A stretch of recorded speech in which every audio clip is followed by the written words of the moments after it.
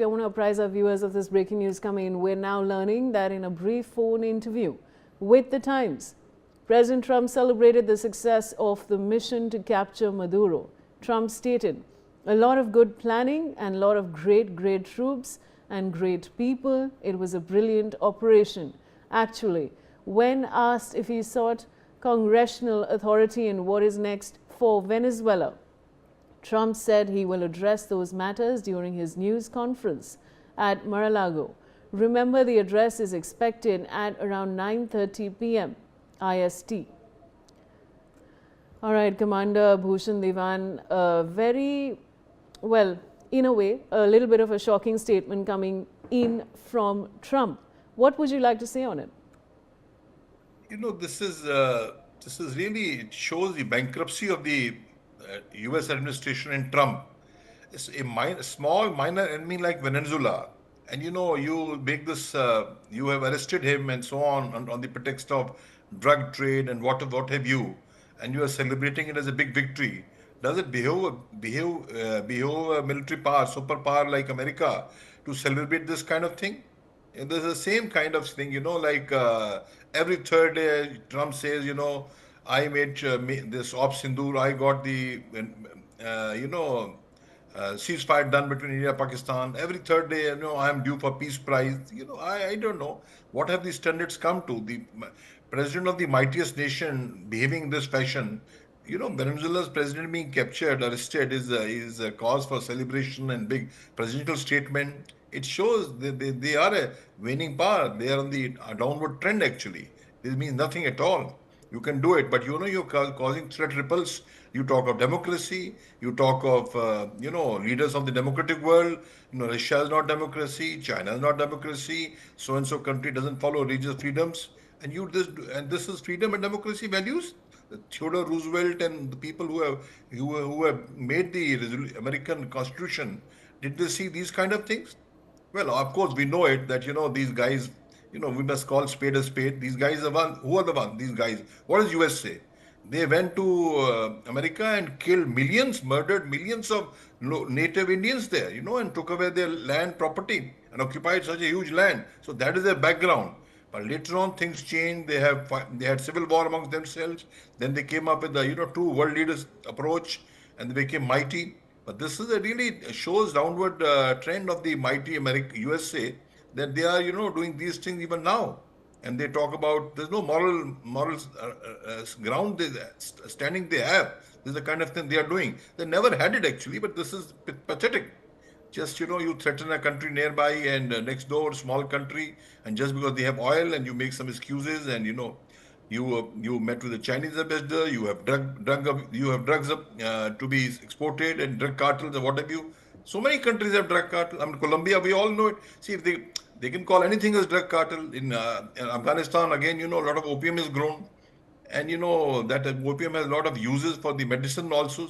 So you just create any excuse and start, ramming them. This is really frustrating exercise, and UNO means nothing at all. There's time that, countries of the global south, they joined up and they passed resolution, and a new UNO needs to be formed immediately. I do not see this kind of having captured, having arrested the president. What can be? They have done it, and they have, and they will now. What they will do? They will simply install a new president. That is what they will do. They'll create a new regime. But what have they done in Iraq? Also, same thing. Put a new regime, and at least you meet a common man in Iraq. We had many people in the Indian Navy coming from Iraq for training and so on. They say at least, whatever it was not, freedom was less, poverty is not, we were not so wealthy, but at least we had basic things. We could go to hospital, we had education, that is all demolished. Iraq is finished. Same thing happened to Libya, finished. Same thing may happen to Venezuela, because, when they occupy and they land like this, they don't care. Afghanistan, they don't care. They just demolish it from the bottom up, and perhaps want to make a marina there, or, capture the land. I don't know. They will not listen to this. This is only question of Russia and BRICS have to become stronger. Russia, India, China, South Africa, Brazil. They have to become stronger, and G20 has to become stronger. Otherwise, this is being done today. After a few years, again, something else will be done on similar lines. You know, Commander Bhushan Diwan, I was just coming to that point. It's very interesting that you say this because previously, a few days ago, there was a statement by S. Jaishankar. It was a message, of course, to Pakistan, but S. Jaishankar also said that, you know, India is not going to be arm twisted by any external force. And I was discussing that with some defense experts as well. And of course, that was a message perhaps to the US. Now, my question to you is that in terms of our diplomatic policy, though our Prime Minister has excellent relations with Trump, but should we also be aware when it comes to Trump's arm twisting tactics? Actually, Vaishali, we are. We are walking the talk. You know what has Trump done? 50% tariff on us. First it was 25%, and that is on still. Almost 6 months have passed. Then it's 25% more because you are taking oil from Russia. Come off it. USA itself is taking oil from Russia. And then secondly, the oil which we take from India takes from Russia on cheaper, because of rupee terms, on cheaper terms. We have a freedom. It's an open shop, open trade. We just take it from them. America have put a sanction. You're not the king emperor of the world, of the universe. So Russia is selling oil to us. But after selling oil to us, we are refining it. I must tell you that the European huts and homes and factories are running on the oil supplied by India. Because that oil from Russia we have imported, we refine it and give it to them. What a sad thing. Europe also has to lump it because, they don't have the military might. So they are also part of this, they are also victims. But they have to just lump it silently with head down because America is twisting their arms. I mean, I don't know if I'm next door to me is oil supplier. Namely, I'm Europe, and next door to Germany is a gas supplier, and oil supplier, gas supplier, and the Nord to Stream pipeline was also already commissioned. It was commissioned, which means directly gas flow from Siberia, from Russia to Germany to keep the cold temperatures of Germany off. Why German economy is in a spin? Why they have to buy costly oil, and they were going to get it from Russia. So that was stopped because of American intervention. And then, so this kind of trying to rule boss over the whole world, it's time that, this bluff is called off. And those days are gone now. New powers, new amalgamations and alliances are emerging.